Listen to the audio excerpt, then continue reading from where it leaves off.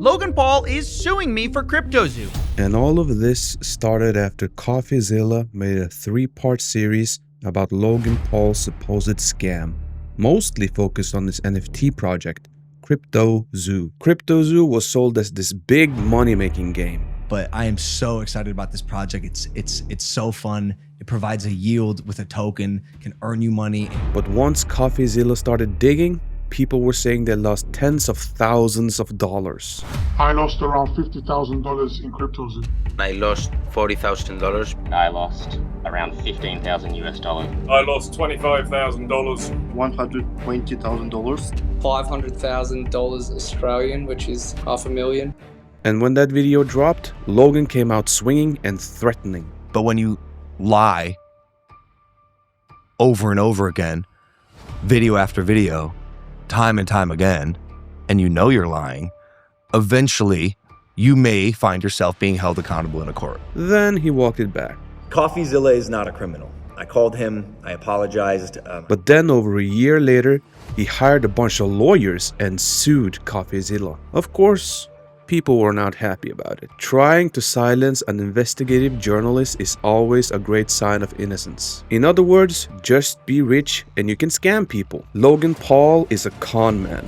The fact that people still give him money is insane. It turned into a legal battle over reputation, money, refunds, tweets, scam, and whether CoffeeZilla could keep talking without getting buried by lawyers. And now, after almost 2 years of legal fighting, the whole thing suddenly went quiet. Both sides told the court they had reached a negotiated resolution, which is kind of wild when you remember how loud the whole thing started. And to really understand why it ended so quietly, we have to go back to the game that started the whole disaster. CryptoZoo was like the perfect 2021 internet product. A famous YouTuber, NFTs, crypto tokens. It was a game. And the big line Logan kept repeating was that it was a fun game that makes you money. Which, come on, that is exactly the kind of sentence that makes people's brain shut off during a crypto boom. Because the idea was that you buy zoo tokens. You can use those tokens to buy NFT eggs. Then the eggs hatch into animals. Then you breed those animals into weird hybrid creatures. And the rarer your animal is, the more zoo token it's supposed to earn. So basically, it was influencer hype mixed with crypto, mixed with gaming, mixed with passive income. That's a dangerous combo. Because to fans, this didn't feel like some random coin from a random guy on the internet. This was Logan Paul, one of the biggest creators online. And that's why people bought in. They were buying the idea that this thing was backed by someone too famous to just let it collapse. But then CoffeeZilla started showing the other side of it. People saying they lost real money. What did you guys make from CryptoZoo? I lost around $50,000 in CryptoZoo. I lost $40,000. I lost around $15,000. I lost $25,000. $120,000. $500,000 Australian, which is $500,000 in CryptoZoo. And that's where the internet reaction split. People felt bad for the buyers. Others were blaming the victims, like they were basically saying, why would you trust Logan Paul with that much money? If you watch Logan Paul while being an adult, it's fair that you lost money. Exactly.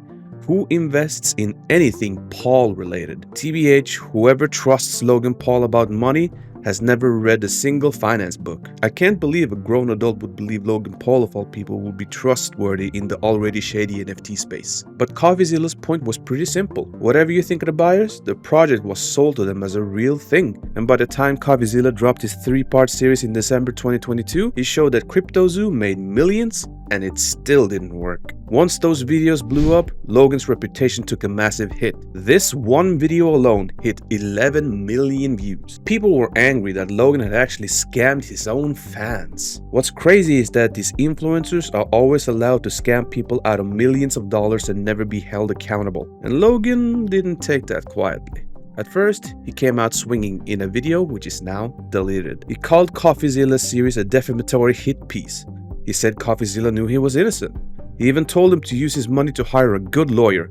Basically, I'll see you in court. But then the internet started clowning Logan hard. People were not buying it. So he backed down. He deleted the lawsuit threat video, He even apologized to CryptoZoo. And for a while, it looked like the lawsuit threat was dead. Logan was talking refunds. CryptoZoo had forced the issue. And maybe now, the people who lost money were finally going to get some kind of an answer. Although, that peaceful version of the story did not last. Because once Logan Paul started talking about refunds, that became a whole new fight in and of itself. It was known that he pledged more than $2 million of his own money and that more than $1 million was actually paid out to eligible holders. You guys mean the world to me, so I'd like to announce my 3-step plan moving forward. Step 1, Jeff and I are going to burn our Zoo tokens so we have no financial upside in the game and it will add value to holder tokens.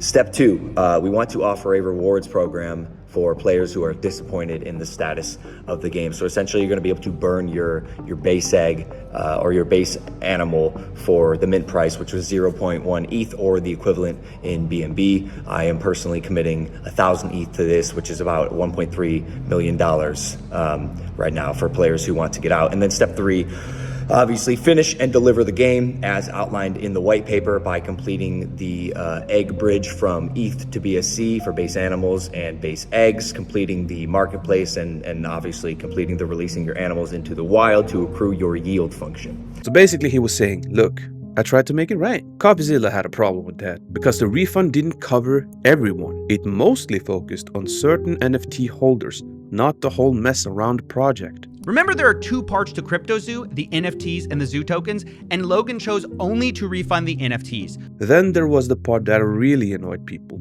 If someone accepted the refund, they reportedly had to agree not to sue Logan later. And that made people go, wait, so this isn't just a refund. This is also legal protection. That's where CryptoZoo kept pushing. And then in June 2023, he posted something that would become a big part of the lawsuit. He basically said Logan was the type of guy to thank you when you expose his scam, then block you when you remind him to pay up. After that, CryptoZoo made follow-up videos. One was Logan Paul's scam isn't over, which is also already deleted. Another was Logan Paul's refund, also deleted. The legal case wasn't just about whether CryptoZoo failed or not, or if Paul scammed or not. I lost around $50,000 in CryptoZoo. I lost $40,000. I lost around 15,000 US dollars. The fight came about what CryptoZoo was allowed to keep saying after it failed. Could he keep connecting Logan's name to the victims?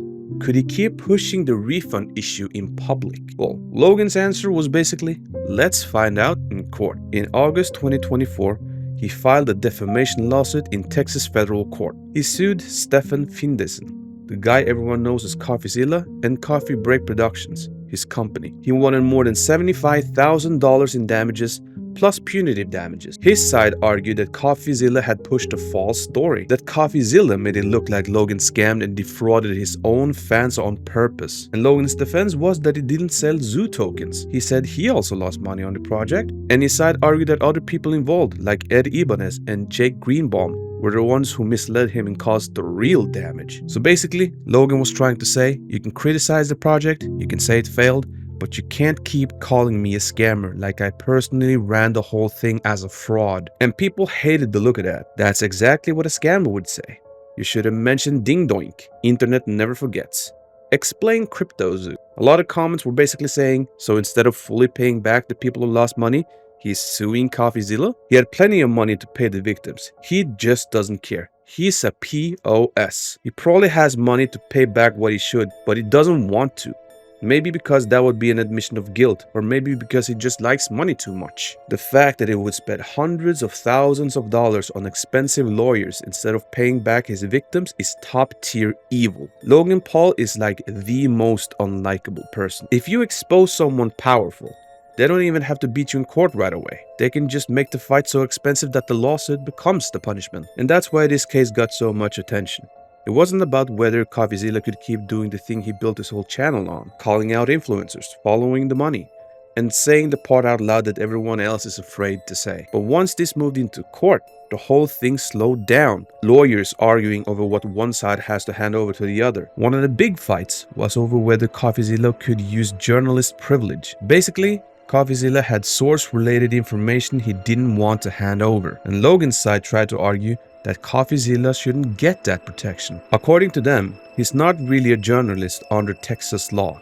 which of course became a huge deal because CoffeeZilla's whole brand is investigating influencers, scams, fake gurus, crypto projects, and online money schemes. So if the court treated him like he wasn't a journalist, that could have opened the door to forcing out information about his sources and how he got certain material. In the deposition fight, Logan had to sit down and answer questions from CoffeeZilla's legal team. And after that, Logan's side tried to keep the whole deposition confidential, which made even more people suspicious. Welcome to the world of crypto rug pulls. If your side of the story is clean, why fight that hard to keep your answers out of the public eye? Now, to be fair, wanting privacy in a lawsuit isn't automatically some evil thing. But the problem was, Logan's side wanted a broad shield over the entire deposition. CoffeeZilla also got some important wins.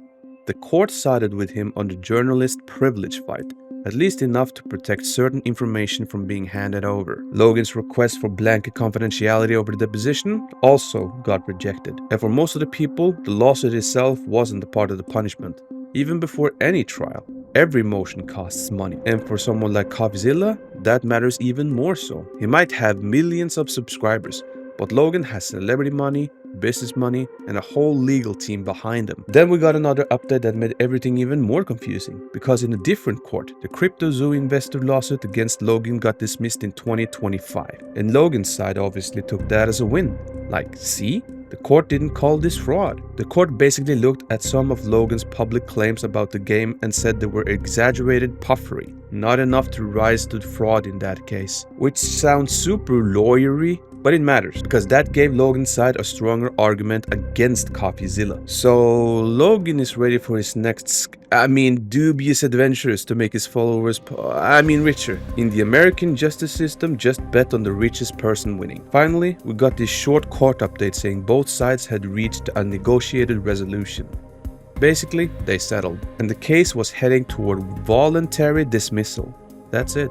After almost 2 years of fighting, the internet didn't get the big ending it was waiting for. Some people started noticing that certain CoffeeZilla posts and videos about Logan were gone. The video called Logan Paul scam isn't over. Gone. Video called Logan Paul's refund. Gone. Now, we don't know every term of the settlement, and maybe both sides agreed not to talk. So money and being a scam artist wins again. Only in America. Crime pays. This is what makes the ending feel so weird, because no, this didn't end with CoffeeZilla destroying Logan in court. And no, it didn't end with Logan cleaning his reputation either. It just ended the way a lot of rich internet lawsuits end, quietly, with missing posts, private terms, and everybody online still arguing about what really happened.